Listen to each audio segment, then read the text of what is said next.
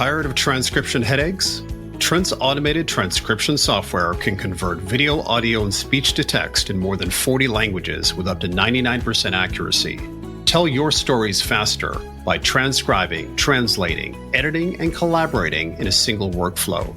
We use Trent for this podcast, and it really does make a difference.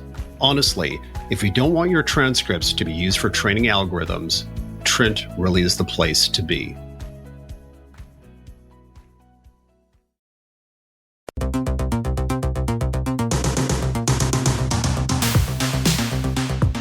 Hello, everyone, and welcome to another episode of The Operations Room, a podcast for COOs. I am Brandon Mensinger, joined by my lovely co-host, Bethany Ayers. How are things going this morning, Bethany? I'm on my second cup of tea and hoping to have a third really quickly. Woo! That is an early start to the morning. Early and intense start. It's been really busy at work recently, and I've basically just been surviving on caffeine, but I can't drink coffee. So I'm just having a million cups of tea, which doesn't sound very hardcore, but for me is pretty hardcore. Like 6 cups of tea. Tea has a tremendous amount of caffeine, does it not? Like typical tea, like Earl Grey tea or what have you. Oh, definitely not Earl Grey. It's like drinking perfume, but just normal black tea. I don't know. Sometimes you see things that say it does, and then other times you don't, and you don't know who to believe. It's the internet. ChatGPT will have a hallucination. Who knows? So I'm a huge coffee fan, love coffee. I have way too many coffees. It's my drug of choice these days. Why can you not drink coffee? Is it like a stomach issue? I don't know. There's something about it that doesn't agree with me. Like even decaffeinated, it kind of oozes out of my skin. I just smell weird for days afterwards. I get heart palpitations. And it's not just the caffeine, but there's like something in maybe the oils that, because I'll even get heart palpitations with the decaf because I love coffee, but not that I have ever taken cocaine, but it's the analogous. I can imagine if I had 1 gram of cocaine is the equivalent of 10 cups of coffee. And like really up while wanting to be down at the same time and not able to settle. And it's just like this very uncomfortable feeling. That's me with a cup of coffee. There's 2 things that I watch out for. One is the inflection point with coffee, because up to a certain point, you're like, yeah, loving it, injection of energy. I'm focused. I'm brilliant. I'm doing really, really good work. And then at some point it hits you where you're over jazzed. Basically, your mind starts to scramble and your ability to actually focus then rapidly decreases. So I'm always highly aware of this inflection point. And then the other bit is just making sure I stop at, I usually max out at 3:30 p.m. That's my hard deadline for like not having coffee at that point, because it does kind of sit in my system. Yeah, that's me with my tea, but I'm having, 6 or 7 cups between 6 a.m. and 3. Yeah, no, that's the perfect time. So no stories abound. What's been happening in the Bethany world? Yeah, no, nothing. My kids are home. They're driving me crazy. I miss when they were young and cute and I was the center of their universe. Now they tolerate me. Like, I think we're doing pretty good parenting because they don't hate us. There's not a lot of door slamming. So we are at best benevolent roommates. Benevolent benefactors.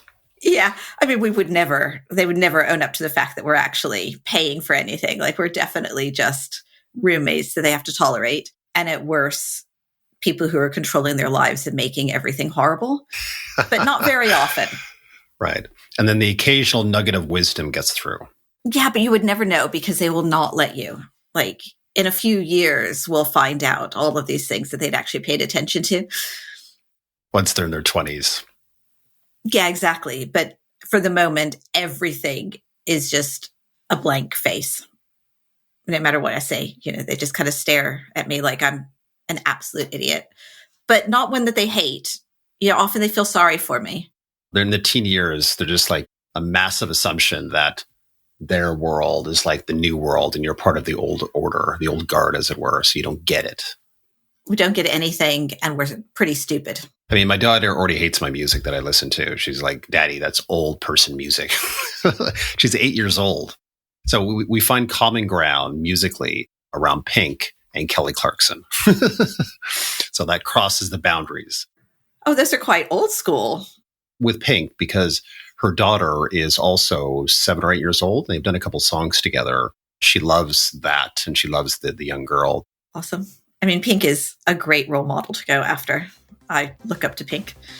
Yeah. No nonsense. She's on it. All right. So we have a really wonderful topic today, which is the art and science of one-to-one meetings. And we have an amazing guest for this. He is Steven Rogelberg. He's the author of Glad We Met, The Art and Science of One-to-One Meetings. And that book has been on more than 24 best of lists. And he's a frequent guest on CNN, CBS, Fox News, et cetera, et cetera. So he's a bit of a phenomenon unto himself. Before we get to Steven, wanted to ask you a couple of questions. In that one-to-one sphere, there was one subtopic of interest that I wanted to ask you about, which is this idea of integrating career development into your one-to-ones and what you do with that and what that looks like for you historically. So we have like 3 one-to-ones that are employee-led or whatever you want to say, direct report-led, their topics, and then 1 a month, which is more of this career development feedback. And it's always felt a bit weird to me. It's like the policy, and it was there before I started, and I can understand it, but it just seems like a bit of a mushing of what are 2 different types of meetings. I do them depending on the person and depending on the cadence. I think my preference would be constant feedback both ways, and then actual biannual appraisals where you pull it all together. Because I think it's much more organic to have it happen as it happens. So there's sometimes I have no feedback either way. And then other times I'll be thinking that person and just have like an aha moment, and much rather share that in our next one-to-one as part of that than save it or force myself to have to contemplate people. And literally the whole point of the radical candor philosophy, which I think we both agree with, is when things happen, feedback should be given as rapidly as it makes sense, basically. And to your previous point on the other podcast, there's some elements where it does require some thought, not in terms of a particular event, but connecting some dots for the person where you need to think about kind of the overall picture of the individual in terms of what you're seeing and feeling around that individual, contextualizing and bringing something forward that maybe is more insightful. And those are 2 different things, but both are needed and both can happen at any point in time. It doesn't necessarily need to have like a planted monthly session to somehow do that. So here's kind of a question/thought for you. So historically, I've been poor at this, I think, in a way, because what I've tended to do is outside of the feedback part of it, which I do for sure, separate to that, in my head, I've always had this idea of career development as elements to be put into the one-to-one over time, not on a weekly basis. But what I would typically do is at some point during the year period, sit down with the individual and say, look, what is it that you want to get out of the next 12 months? What do you want that to look like for you?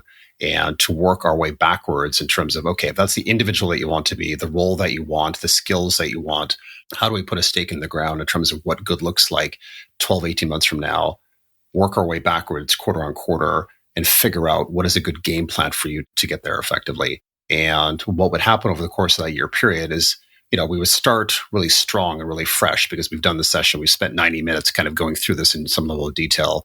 We have really good intent, goodwill. The day-to-day grind, it just kind of drops away or fades away at some point. You're not really going back to it properly. And that's where I've always, for the most part, ended up with individuals. And I'm always kind of kicking myself because by the time we loop back to it a year later and do it again, I'm like, have we actually made any progress here at all? And the answer usually is not a tremendous amount. I agree. I hate PDPs. I hate the structure. I hate the way that they're supposed to be done. I feel like people teams have never understood what an actual PDP or day-to-day job is. It feels like it's written by a consultant who knows nothing. And I just think they're stupid. I think figuring out what are those blockers or what is the next most important thing for that person to either learn, experiment, or do is way more powerful. So as an example, without giving too much detail, I had somebody in my team who just was not a very good communicator, afraid of public speaking, not necessarily inspiring their team very much, knew it was an issue, also had like a real blocker about writing. My observation was, you're not communicating very well. You're not getting the team behind you. You're not selling yourself within the business. You don't have the influence that you should have given your capability. And then they decided to do a couple things over the course of the year. So the first thing was go to a Toastmasters and learn how to public speak. And after a couple months of Toastmasters, it was like they were ready to present in a company all hands and wanted a topic and did the first presentation and got loads of positive feedback. And then they decided the next thing I want to do is read more, learn more, and then create book reviews to practice writing and sharing my views both internally and on LinkedIn. And so then they did that. And you don't need to go to courses. You don't need to write up a whole PDP. You don't have to say what you're going to do. How is it measurable? Blah, blah, blah. Just take the next thing. There was somebody else who really struggled with delegating. And so then we worked on how are they going to delegate? And then they delegated for a very little bit and then took it all back on themselves. So it's like, okay, it's not how do you delegate? It's like, what's holding you back from delegating? So then we worked on understanding personal worth and being afraid that they're not going to be capable or they're not going to be viewed as important if they delegate areas. And so then we did it very small, like, okay, delegate one thing and see how actually it improves your esteem if your team is doing well rather than just you. Okay, now delegate another thing. And we did it in a small way where they were able to see the impact of each little bit that felt comfortable to reinforce it until they were able to delegate. And it wasn't like tools on delegation again. It was something that was holding them back. And I think those are way more important PDP elements than writing up a structure or going on a course. I find most courses pointless, so I'm very skeptical. I've never been on a good course. So I think the classic PDP with classic training courses and all that jazz, I agree with you 1,000%. It's a complete waste of time. I think to your point, if you want to be this person in 12 months, and we roughly know what that looks like, then as you kind of work your way backwards quarter on quarter, we have the first quarter ahead of us. And what is the one or two things that we could do this quarter to put ourselves on that pathway? And to your point, they don't need to be monumental things, and they definitely don't need to be training or formal courses in any form. But it's like what logically makes the most sense to get the highest impact. It doesn't even have to be a quarter. Like sometimes it can just be until the next one-to-one or for the next 6 weeks, or you have something coming up, try something different. And for me, if you just focus on one thing for a short amount of time, it's a much bigger unlock than these 18-month plans or 12-month plans. Like another one just, again, wasn't really engaging their team, not taking team meetings and team morale seriously. So they had a team meeting coming up and it was like, this is how team meetings work. This is the areas where you're not working. Go create your presentation. And it was like, it went from a level 5 presentation to a level 9 presentation by just being told they have to focus on it. And then there was a consistency. It's sometimes just a gap where people don't realize they're not putting enough effort in. And then they do, and it's good. And I find that much, much more valuable than the stupid PDP and revisiting it. Because then you can also just say, like, so much of it is around, so you've experimented. How did it go? How did you feel? What worked? What didn't work? And those are the questions that are interesting to answer, not filling in some catalog of, have I accomplished this in a box? So here's another thing I philosophically do, which you may not agree with, perhaps, I don't quite know. But usually when I get in these sessions, what I usually end up saying at the outset, look, I don't care about the company. What I care about is your career, what you're wanting out of the next 12, 18 months, and how to get there. And if you want to be a VP of marketing, this may or may not be in this company, but you definitely want to be in that pathway, irrespective of the company that we're currently working in. Let's make it happen for you. So it's a bit of just like separating company context from the person's growth path in this case. Yeah, I don't know if I say it as explicitly, but I feel like, I can't remember if we've spoken about this before, that it depends on what's in your heart. And people can, even if you don't say it, people can read whether you're doing this for their benefit or your benefit / the company's benefit. And I really do go into these, for lack of a better word, coaching sessions. Like they just, sometimes one-to-ones turn into coaching sessions. Sometimes one-to-ones are something else. When they do turn into a coaching session, like I'm very much there for the individual in my heart. And I feel like they can read that from the place that I'm coming from. Somehow people can tell, maybe in their body, I'm a bit more into this than you are, the genuineness of what you're saying. Why don't we park it here and let's get on to our conversation with Steven Rogelberg.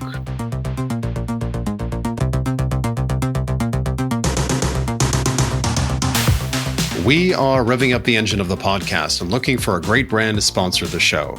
We have over 7,000 listeners now across COOs, CEOs, founders, and operational professionals who are decision makers for all kinds of technology, including HR, planning, strategy, legal, and other tools. It's Beth here. I just wanted to thank you for listening to the podcast, and we'd love to keep it going, but we're going to need to get some sponsors in order to do that. So if you work at a company that could benefit from speaking to listeners like you, or know of a company that might benefit, please send them our way.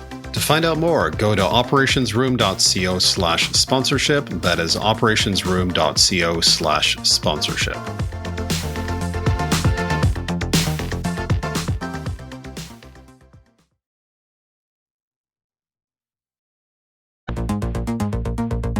When Brandon told me that he'd booked you, my very first question was, how can you write an entire book on one-to-ones? And I just would love to start with that question.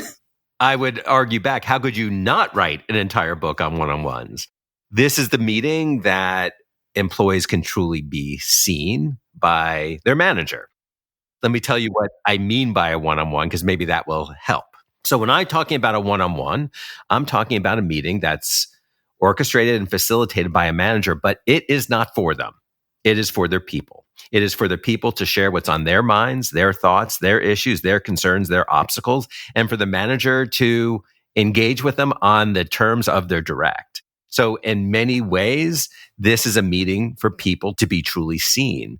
And that's what we're craving, right? That's what the pandemic really created obstacles towards, having people feel seen. So these meetings are essential to individual success, leader success, and organizational success. And yet there's almost no training on how to do them. And what we generally find is that managers are investing the time. They're doing it so badly that it's becoming wasted time. So this book tries to elevate this practice and says, hey, this is truly an opportunity. You're doing it wrong. And if you do it right, here are the great outcomes that can arise from it. Brian Chesky, the CEO of Airbnb, has very clearly said from his lens or his point of view, waste of time, don't bother. The NVIDIA CEO has kind of doubled down on that a little bit. What, from your point of view, are they getting wrong in terms of that perception? I think they're doing them wrong. And when you do them wrong, they're absolutely a waste of time. When they're done right, the outcomes are amazing. And this was based on a study done by Gallup involving over 1 million individuals. They find that when these things are executed effectively, employees report nearly 3 times as much engagement on the job. They also found greater productivity. Teams have greater thriving as well. And then the exciting thing is that the leader's success is enhanced, right? Leaders are ultimately evaluated by the success of those that report into them. So as these one-on-ones elevate the performance of individuals and teams, it only makes the leader look good. And then the big surprise is that we actually found that doing one-on-ones effectively resulted in more time back to the leader. Because basically what they report is that when they have these things in a regular cadence done well, that employees didn't have the need to constantly interrupt throughout the week. So managers reported more time for flow, which, as we know in the tech industry, is particularly important. So what I've seen is when an organization says, we're going to ban a particular type of meeting, right? So we think about Shopify saying no meetings or these practices, no one-on-ones, that is giving up on something that's absolutely critical. But the reason you're giving up is because your people aren't doing it right. And if we could change how people do it, the positives will just be incredibly apparent. I'm not going to ask you how do you do it right. I'm going to ask you, because I suspect most of our listeners will be like me and be like, yeah, I'm fine at this. What are the common mistakes you see where as soon as you talk about it, I'm going to be like, oh, never mind. I'm really bad at these. So first of all, not being on a regular cadence. The research is really clear that when these things are done weekly or every other week, that's where you receive the greatest outcomes. So that regularity allows the relationship to truly grow and improve. Tick, I do that one. Okay, good. Next one. All right. I'm scoring myself, by the way. So we're out of 100. So here we go.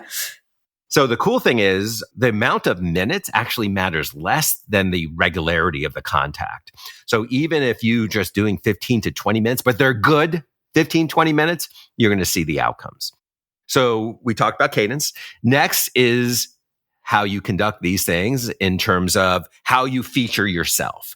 So if you're imposing your will on the employee and you're asking for status updates, that's not the goal of these, right? Managers can get status updates in so many different ways, right? They have the power. They can send emails saying, hey, give me a status update. They can do it in team meetings. So we want these conversations to be about what's on the minds of their directs. Therefore, they're posing broad questions that allows the employee to respond in the manner that they choose to respond. And the types of things that managers are saying most are, tell me more, help me understand, how can I better support you, right? So those are the types of utterances. And interestingly, what we find is that the more the manager talks in one-on-ones, the lower the ratings of effectiveness. Therefore, listen more than you speak. We have 2 ears, 1 mouth. We should be listening a heck of a lot more. So a common mistake is the manager talking more than the direct and really making sure that the meeting is about them and not their direct. So that's the second thing. How you doing on that one? Yeah, I'm doing fine on that one. So those two are common. A third one is cancellation. So a lot of managers, if something comes up for them, they just cancel these one-on-ones. But that becomes a really negative signal to employees, right? You're basically prioritizing everything above them. And so if you have to cancel a one-on-one, the best practice is to move it up as opposed to move it back. Move it up even for 5 to 10 minutes, right? Just have that point of contact. And then finally, I'll stop here, but there's so many. So another critical one is making sure that these one-on-ones have an ending. We know they end, but an ending is slightly different. An ending is where there's really a coming together of what we talked about, what was decided, how, the commitments are made, and then people follow through with them. So when you put this together, right, it's these 20, 30 minutes maybe of dedicated, focused time where you are truly engaging with someone that reports into you on their terms. And if you stop and reflect, and think about a time when someone in power took a genuine interest in you and how it affected you and your experience of them. That's what we're trying to replicate. That's the gift you're trying to give your people. This idea of, we've got 2 ears and we should be listening and, it's really their meeting, not our meeting. What prevents that from becoming like a regular therapy session as opposed to something productive for the organization, if that makes sense? Well, let's take that to the extreme. Let's say you do have someone that's meeting with you for that 20 minutes and they want to vent about a particular issue and have you listen and you say, hey, how can I support or prevent this from happening? So be it. What is wrong with giving someone 20 minutes if that's what's on their minds? Let's let them get it off their minds, right? So as a manager, we are managing the entire person, right? People bring their entire personhood to the organization. And if that individual feels like for this short period of time that they need to tell their manager about something, that's important to them.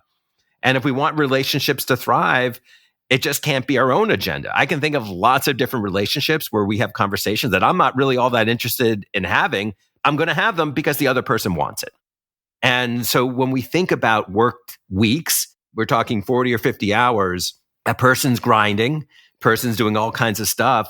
Is it really that much to ask that we find some amount of time where we can engage with someone on their terms? If we're really trying to promote meaningful connection, when we do achieve meaningful connection, right? So when we are willing to listen for those periods of time, the outcomes come up, right? So when we think about the people that we're really motivated to work for, it's people that we think care about us, right? We're committed to those types of individuals.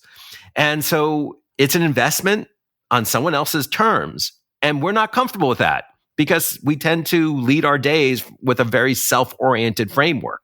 But having this more other-oriented framework with our people changes fundamentally their relationship to you and to the broader organization, which is desirable, right? So when we think about all these conversations in the media about, people need to come to work. They need to stop working at home. That's kind of the wrong conversation, What we need is for people to have genuine connections with each other and to form a meaningful relationship with the larger organization as opposed to viewing everything as transactional.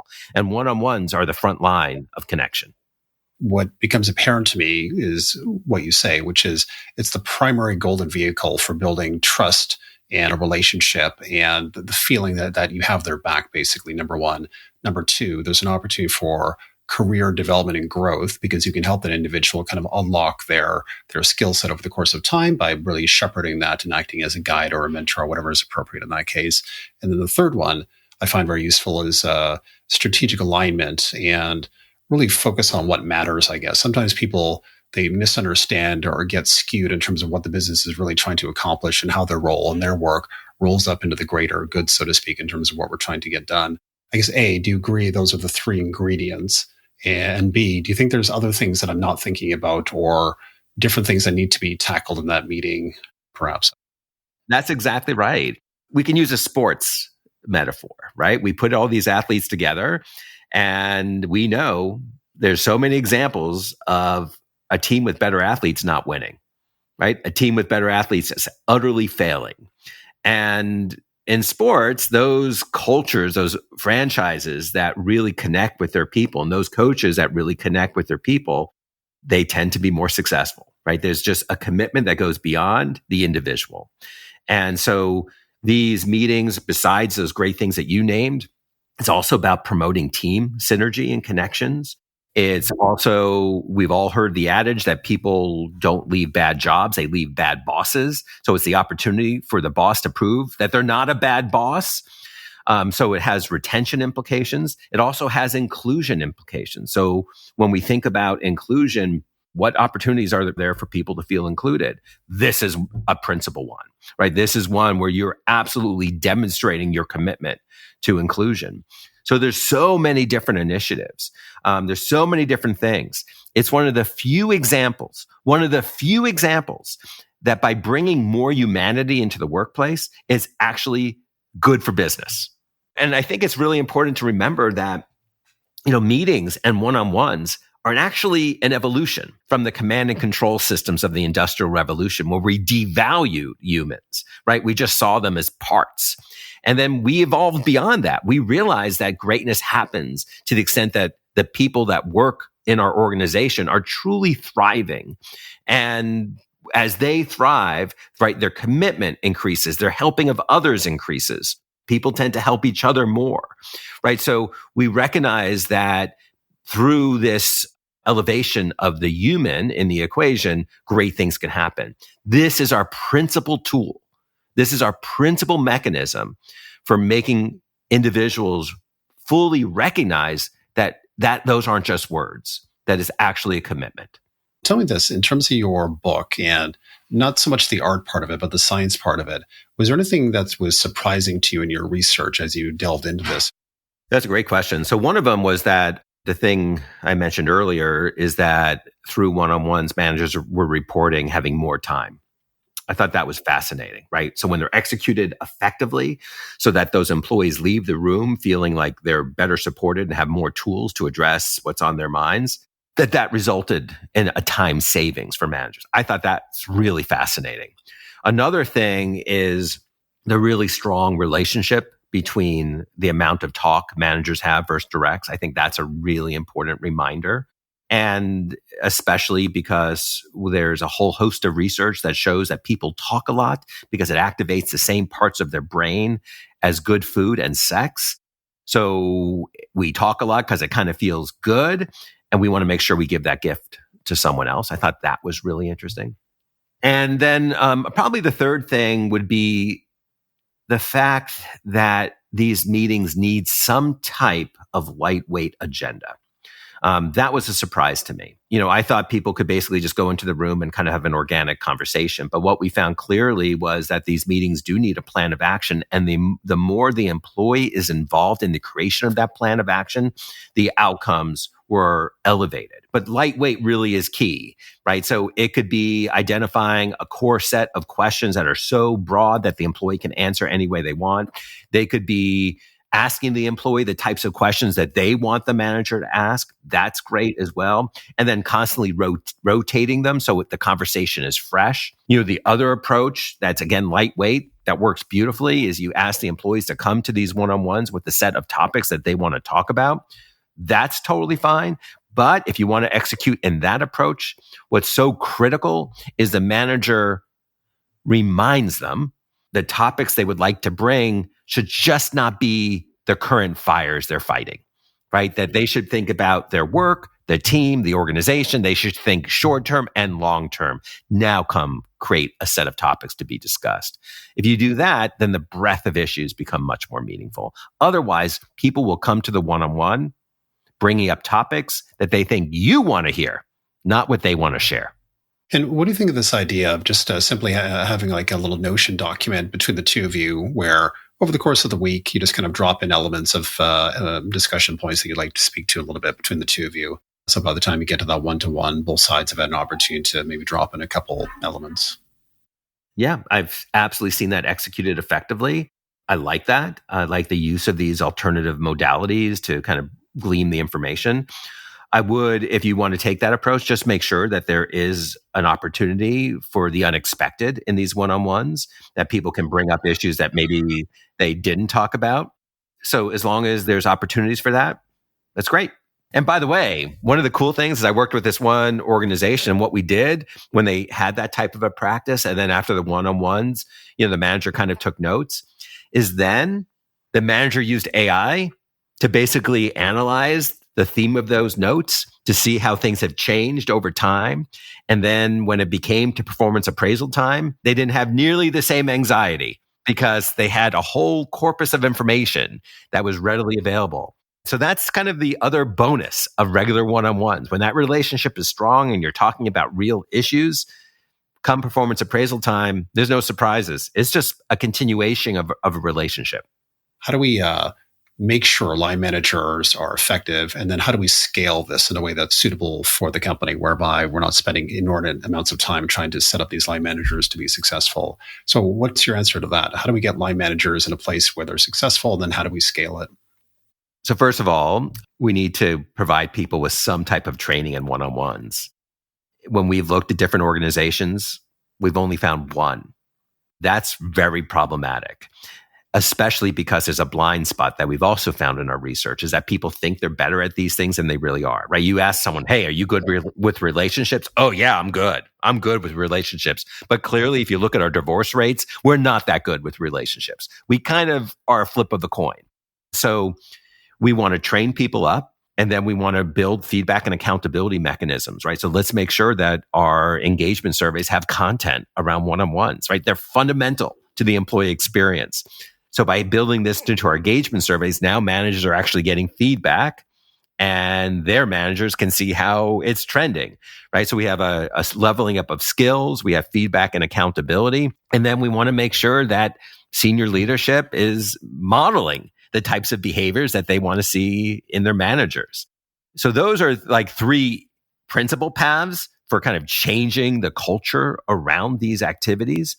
But fundamentally, we just need to talk about it. So if you look at organizational values and vision statements, and I did this in the book, is almost all of them talk about elevating their people, helping their people grow and thrive.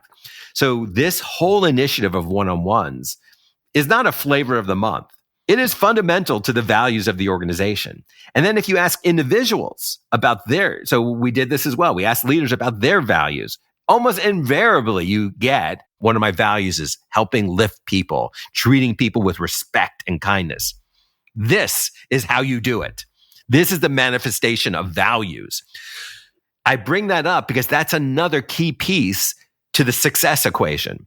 It's not linking it to, hey, this is a new thing we're trying. It's linking it to who we are, right? What is our calling card as an organization? We're an organization that lives our values. And this is an example. For the line managers that are doing that work, that important work, to be able to support them effectively, what's your sense of getting those line managers together on a periodic basis as kind of like peer level support and having somebody there that's quite experienced with one-to-ones, and for that person to kind of get that group together, a bit like AA, right? Get the group together, talk about what they're experiencing in their one-to-one, some of the challenges they're having as line managers, and surface some of those things together as a group. Brandon, I love the things you're sharing. It's fabulous. I absolutely love it. So this is a strange statement, but it ties into your excellent point. We need to actually have meetings about meetings. We need some meetings about meetings and making our meetings work. And that's what you're describing, right? In many regards, it's a meeting about meetings. But how could we not? Like, if you really think about it, this is how people are spending their days. It's so tied. And we know people are so incredibly frustrated. So why are we not talking about that? There's a tremendous amount of all this negative energy. Let's use it. Let's use it for good. Let's use it to change our culture so that we get the benefit of these activities. So what I see, what you're suggesting, is this idea of periodically stepping back and people connecting and saying, hey, what's working, what's not working, and how can we help each other? And I like that. I want managers to start saying, hey, we need to chart a new future of work from a collaboration perspective. I hear you. You're miserable with meetings. I am too. And yet, meetings are where organizational democracy takes place. Meetings are where your voice can be heard. So therefore, we can't eliminate them. We have to make them better. Let's talk about it and establish some collective norms around how we can do it. So we don't have to have a lot of meetings about meetings, but periodically we need to step back and look about how this technology is truly working for us and how we could do better. And interestingly, I use the word technology purposefully in that when we think about an organization's investment in their IT, it's so much smaller than meetings. Meetings are way more costly than your entire IT budget.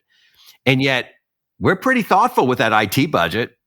We constantly are looking at whether it's working for us. We're constantly examining how we can improve that solution. That's the same energy I want to bring to meetings. It's a good point, because if you're doing one-to-ones across the company, the number of one-to-ones that are happening on aggregate, if you put that time together on a monthly basis, there's a significant time sink that's going into it. And to your point, if nobody's trained on one-to-ones in any form whatsoever, what are you doing? Right. And that's where I go back to the comment you made earlier about these two CEOs who are saying, let's stop this practice. I mean, that's just such a silly response, as opposed to saying giving up on having humanity in the workplace and having genuine connection. Like, that's really what they're saying, because this is the vehicle for doing that. So thank you for circling back to the beginning of the conversation so artfully. If you had a single takeaway to leave our audience, what would that be? I think the key message is that, and I'm going to go back to the values, because I think that's really the critical piece, is that as you reflect on who you are as a human being and what you value, how are you manifesting? How are you enacting those values? Are you really behaving consistently with them? And I think more times than not, the answer is going to be no. And recognize that one-on-ones is this opportunity to act on those values. And by doing so, actually elevate individual success and your success. And then the final thing I'll leave you with is one of the greatest predictors of life satisfaction is the helping of others. One-on-ones are your opportunity to help others, and by doing so, have a much richer life. Nice. Love it. So thank you, Steven, for joining us on the Operations Room. If you like what you hear, please subscribe or leave us a comment, and we will see you next week.